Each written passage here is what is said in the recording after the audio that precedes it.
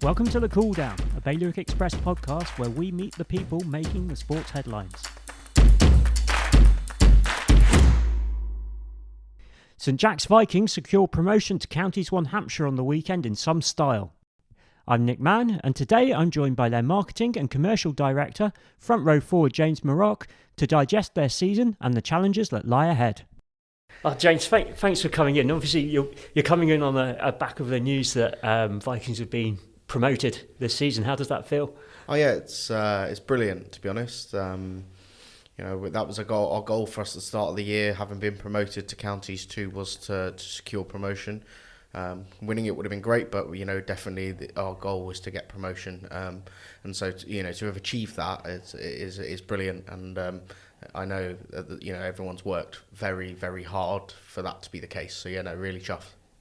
And in terms of how the season progressed, how do you react to it? Because there were a couple of defeats along the way, some big results and some tight games as well. It's been.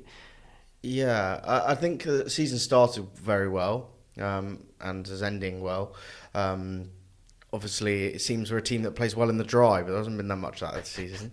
There's a couple of dry, nice days at Foots Lane, and we put out a couple of big scores. But I think the season started well, but then as we got into the depths of what felt like a fairly wet and long winter, probably not necessarily conducive to our style all the time. We're quite an expansive team, and I think we struggled to deal with that. And I suppose coming up from last year from Counties 3, where we probably had it quite easy in lots of ways. I think that there was definitely a step up in level here, and maybe our mindset was part of the evolution here, not necessarily so much of our ability, but just more our ability to handle being put under more pressure, and to rise to that. And as you say, there's been a couple of defeats.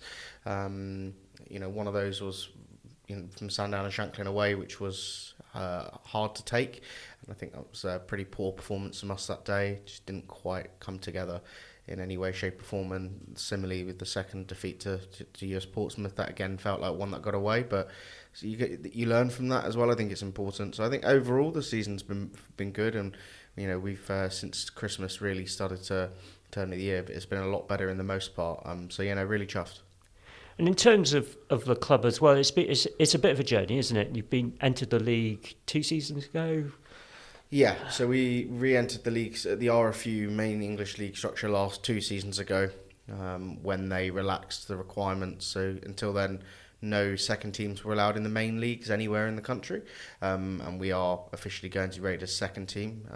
Need to be able to move players between the two, etc. So, we had to, when they changed that rule, it enabled us to enter, and then since then, obviously won Counties 3 last year, and this year secured promotion. And how has the mindset changed? How has the training changed? How has the standard changed between those 2 leagues?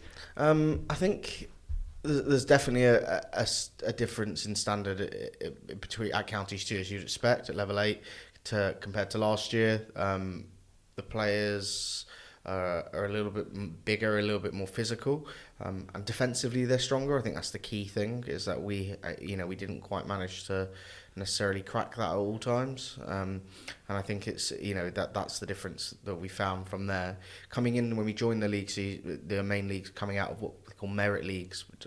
We were playing a high level merit league prior to that, similar standard to this season, I would guess, and we struggled a bit.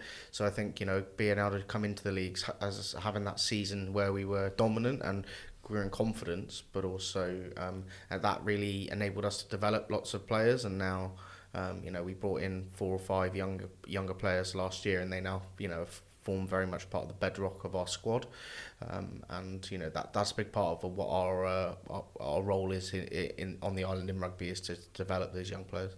And we see that transfer of players as well up into the Raiders squad and vice versa. How important is that relationship? How's that working out? Oh, hugely. Our relationship with the Raiders has blossomed. We've been working together, since sort of for 5, 6, 7 years maybe. But in the last 2 or 3 years, that's really has come together.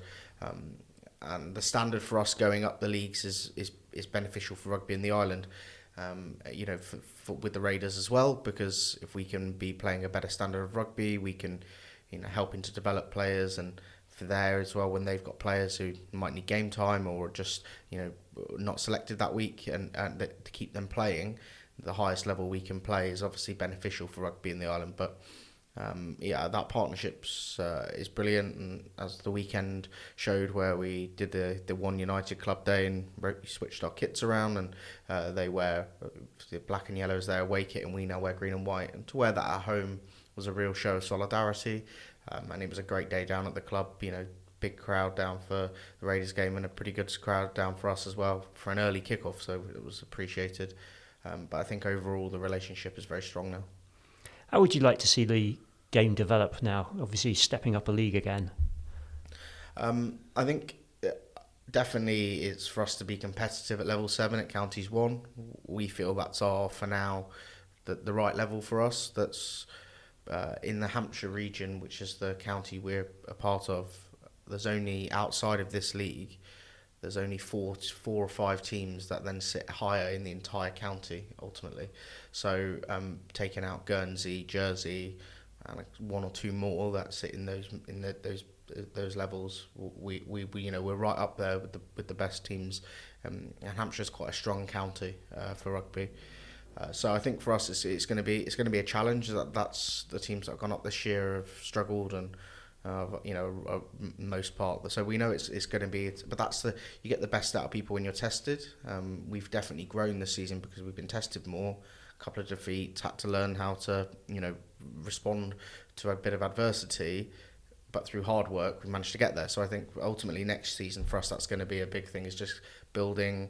We're going to need to be fitter. We're going to need to be playing at the level that warrants that. But arguably, whenever we've been challenged or whenever we've played higher level teams, we've played a few at level 7 in some friendlies and stuff in recent times, we've responded really well to it.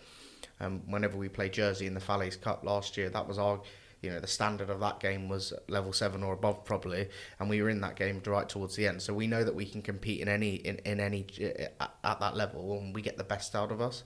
And I think hopefully it will remove complacency for us, because we will have to be our best versions of ourselves all the time. So it's a great opportunity for rugby in the island.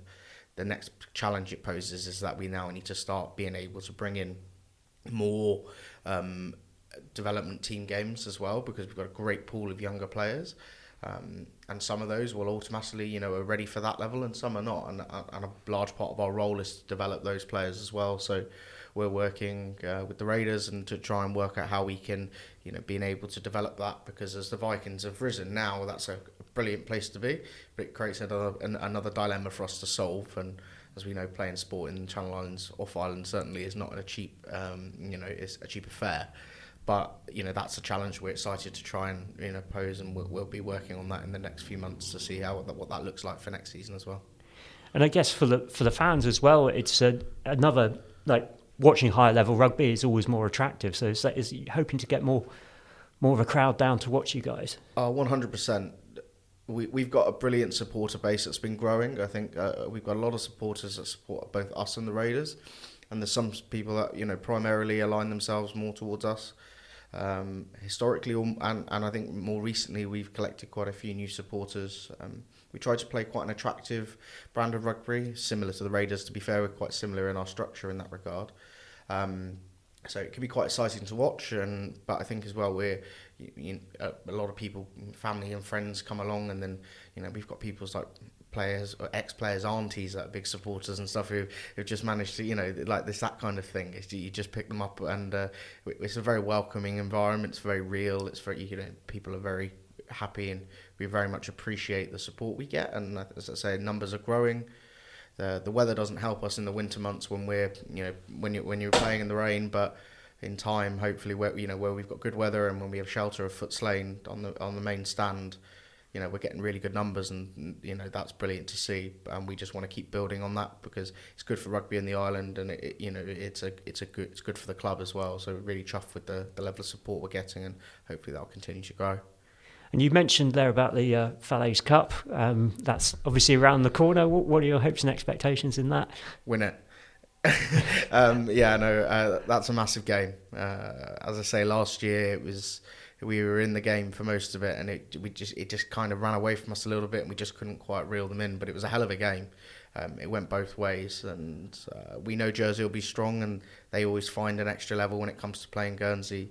You can see that even in their first team last year, beating Guernsey in the Siam, and playing at that level, the same level we're going into next year. That's pretty amazing from their perspective, I guess. So they're always competitive, but we've got to we're a good side and improving as well. That's the good thing about this, and we've played lots of rugby. And I know the boys will be really up for that. We'll have probably 35, 40 players available for a 22-man squad. It's going to be competitive, but yeah, no, it's exciting. And also, obviously, in front of a home crowd as well. So.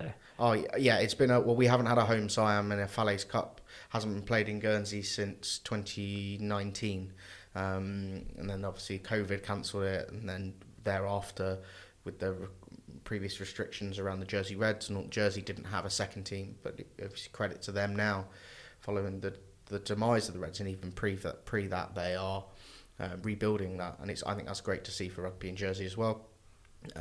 They managed to get a Falaise team out last year and won it, so congrats on that at the time. But we're hopeful that back on home turf this year. We're on quite early in the day, but hopefully it'll be good weather and people will come down to make the most of a good day out. And we'll get the day started with hopefully a good Guernsey win. That was the cool down. Thanks again for listening. Please like and subscribe for more. You can find all our sports news on gsy.bailiwickexpress.com and on all our social channels. Sign up to our daily email to keep up to date on all the work the Express team does.